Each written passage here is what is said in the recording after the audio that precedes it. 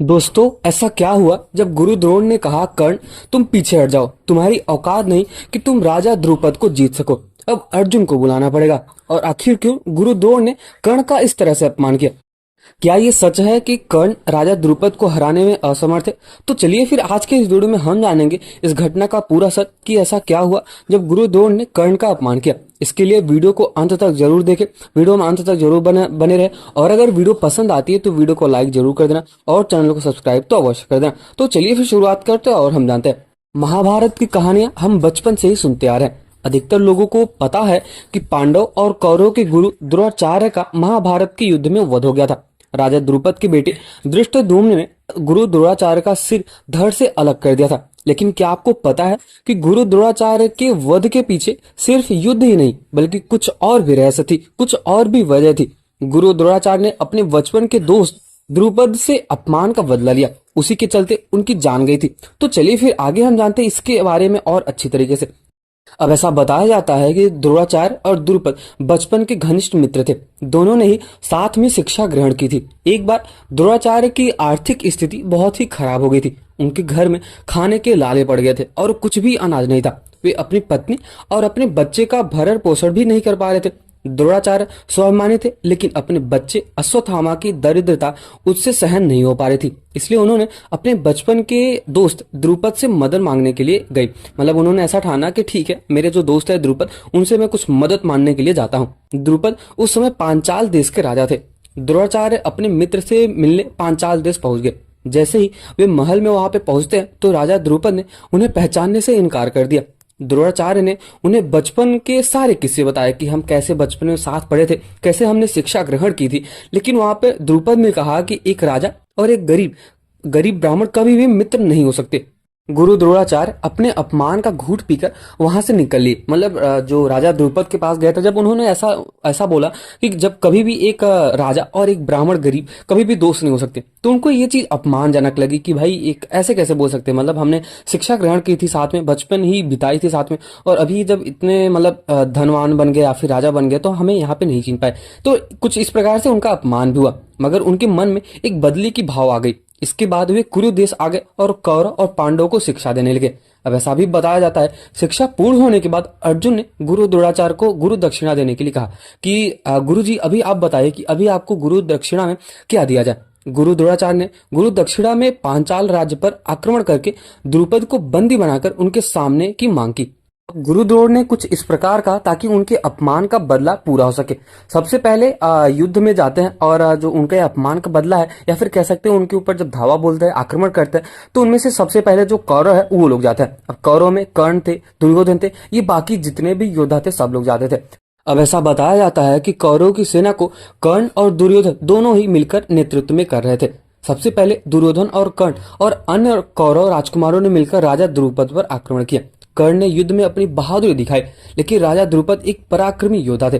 कौरव सेना जिसमें कर्ण भी शामिल थे द्रुपद के सामने हार गए और राजा द्रुपद को बंदी बनाने में असफल हुए। तब यहाँ पे गुरु द्रोणाचार्य जो वो कर्ण को बोलते हैं कि कर्ण, अभी तुम पीछे हट जाओ, तुम अभी युद्ध को नहीं जीत सकते और पहले से ही तुम हार चुके हो। अब लगता है कि तुम्हारी औकात नहीं कि तुम राजा द्रुपद को जीत सको। इसके साथ ही साथ अब लगता है कि अर्जुन को बुलाना पड़ेगा। इसके बाद गुरु द्रोणाचार्य ने पांडवों को राजा द्रुपद से युद्ध करने का आदेश दिया। अर्जुन ने अपने भाइयों के साथ मिलकर राजा द्रुपद को हरा दिया। इसके साथ ही साथ अर्जुन ने अपनी कौशल, धनुर्विद्या और रणनीति का प्रदर्शन करते हुए राजा द्रुपद को बंदी बना लिया और उन्हें गुरु द्रोणाचार्य के सामने भी प्रस्तुत कर दिया।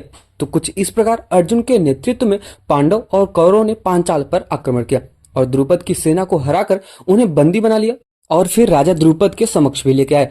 अब यहाँ पर गुरु द्रोणाचार्य ने अपने अपमान का बदला लिया। हालांकि द्रोणाचार्य चाहते तो द्रुपद को हमेशा के लिए बंदी बना लेते या फिर जंगल में छोड़ देते या फिर उनको मतलब अपने पास ही रखते, लेकिन उन्होंने ऐसा नहीं किया। उन्होंने आधा राज अपने पास रख लिया और आधा राज द्रुपद को वापस कर दिया। द्रुपद के पास आधा राज तो वापस था, लेकिन वे जनता के सामने मुंह दिखाने के लायक नहीं बचे थे। अब राजा द्रुपद के मन में बदले की भावना आ गई थी। गुरु द्रोणाचार्य को कुरु राजवंश का समर्थन था, इसलिए वह उनका बाल विवाह नहीं कर सकते थे। कहते हैं कि गुरु द्रोणाचार्य का मतलब उनको मारने के लिए, उनको काटने के लिए उन्होंने एक महायज्ञ किया, मतलब उन्होंने एक बहुत ही बड़ा महायज्ञ करवाया। उसी यज्ञ की अग्नि से एक तेजस्वी बालक का जन्म हुआ, उसका नाम धृष्टद्युम्न रखा गया। अब ऐसा भी कहा जाता है कि गुरु द्रोणाचार्य धृष्टद्युम्न के हाथों ही मारे जाएंगे। महाभारत के युद्ध में द्रोणाचार्य कौरव की तरफ से लड़े और द्रुपद ने पांडवों का साथ दिया। जब पांडवों ने छल से गुरु द्रोणाचार्य को निहत्था बना दिया तो धृष्टद्युम्न ने उनका सिर धड़ से अलग कर दिया, मृत्यु लोक में पहुंचा दिया। और इसके साथ ही साथ इस तरह धृष्टद्युम्न ने अपने पिता के अपमान का बदला लिया। हालांकि ऐसा बताया जाता है कि युद्ध खत्म होने के बाद गुरु द्रोणाचार्य के बेटे, जिनका नाम अश्वत्थामा है, आपको तो पता ही है कितने अधिक शक्तिशाली थे, उन्होंने धृष्टद्युम्न को मौत के घाट उतार दिया था। क्योंकि जैसे अभी धृष्टद्युम्न ने अपने पिता द्रुपद का बदला लिया था, ठीक उसी प्रकार अश्वत्थामा ने भी अपने पिता का बदला लिया। तो कुछ इस प्रकार से महाभारत की युद्ध था। लेकिन मैं आपको एक चीज बताना चाहूंगा, यहाँ पे हम अर्जुन की अगर बात करें, उनका जो धनुर्विद्या या उनका जो ज्ञान है, उनकी जो कौशलता है, वो बहुत ही महान थी। तब यहाँ पे भी, और ऐसा भी कहा जाता है महाभारत के युद्ध में जो गुरु द्रोणाचार्य है और भीष्म पितामह, ये अर्जुन को बहुत ही ज्यादा सराहते थे। मतलब उनको पता था कि अर्जुन एक सच में सच्चा बालक है और भक्ति निष्ठा में बहुत ही ज्यादा आगे है। उसके साथ ही साथ उनकी धनुर्विद्या, उनका ज्ञान बहुत ही असीम लेवल पे था। तो राजा द्रुपद की सेना और उनकी रणनीति को कौरव और कर्ण तो हरा ही नहीं पाते। आपको पता होगा कि कर्ण के पास मतलब अत्यधिक शक्तियां थी। और ऐसा भी बताया जाता है कि उस समय जब द्रुपद के ऊपर आक्रमण करने गए थे कौरव और पांडव, तब उस समय कर्ण के पास उतनी शक्तियां नहीं थी जितना अर्जुन के पास हो गया था। लेकिन ऐसा बताया जाता है कि वहां पे कर्ण जो है वो पूरी तरह से हार चुके थे। कर्ण के पास उस समय अर्जुन की तरह अद्वितीय दिव्यास्त्रों का ज्ञान भी नहीं था और उसके साथ कुछ उतने कौशल भी नहीं थे। कर्ण को युद्ध में सहायता करने वाली कौरव सेना भी संगठित और प्रभावी नहीं थी। जबकि पांडवों ने अर्जुन के नेतृत्व में योजनाबद्ध तरीके से आक्रमण किया था और राजा द्रुपद को बंदी बनाकर उनको जो गुरु द्रोण है उनके सामने भी रखा था। यहाँ पे अर्जुन की धनुर्विद्या में निपुणता और रणनीति में पांडवों को जीत दिलाई थी। अर्जुन ने न केवल राजा द्रुपद को हराया बल्कि उन्हें बंदी बनाकर गुरु द्रोण के सामने भी प्रस्तुत किया, जिससे गुरु द्रोण का अपमान भी पूरा हो गया। तो यहाँ से आप अंदाजा लगा सकते हैं अर्जुन, कर्ण और गुरु द्रोण और जितने भी योद्धा है सबका। तो मैं आपको बताना चाहूंगा कि जैसे अभी अगर हम कर्ण और अर्जुन की तुलना करें तो मतलब तुलना कभी भी नहीं करना चाहिए महाभारत के युद्ध में, क्योंकि जितने भी योद्धा हैं सब अलग अलग अपने समय के सबसे महान योद्धा रहे हैं। आपको भी पता है कि कर्ण एक ऐसे योद्धा थे, जब स्वयं भीष्म पितामह ने बताया था कि तुम अर्जुन और भगवान श्री कृष्ण के समान हो, तुम्हारी शक्ति, तुम्हारा धैर्य और तुम्हारी जो दानवीरता वो सबसे अधिक महान है। लेकिन अगर हम यहाँ पे अर्जुन की बात करें तो अर्जुन सबसे अधिक महान थे और धनुर्विद्या में या फिर धनुर्धरता में वो सबसे ज्यादा अधिक श्रेष्ठ थे। तो कुछ इस प्रकार से जो भीष्म पितामह और गुरु द्रोणाचार्य ने कर्ण को कहा कि भाई अभी तुम नहीं हरा सकते द्रुपद को, अब अर्जुन को ही बुलाना पड़ेगा।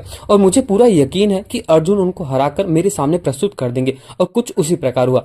तो अगर आपको ये वीडियो पसंद आया आज का, तो वीडियो को लाइक जरूर कर देना और चैनल को सब्सक्राइब तो अवश्य कर देना। और अगर आपको कुछ भी सुझाव देना है, कुछ भी सलाह देना है, तो आप कमेंट सेक्शन में दे सकते हो। और अगर कुछ भी प्रॉब्लम्स हो वो भी आप बता सकते हो। और अगर आपको वीडियो सच में पसंद आया तो वीडियो को लाइक जरूर कर देना। और जाते जाते एक बार कमेंट सेक्शन में जय श्री कृष्ण तो जरूर लिख के जाना। और अगर आपको कर्ण के बारे में कुछ बताना है या फिर अर्जुन के बारे में बताना है तो आप जरूर लिख के जा सकते हो। मिलते हैं किसी और वीडियो में, तब तक के लिए जय श्री कृष्ण।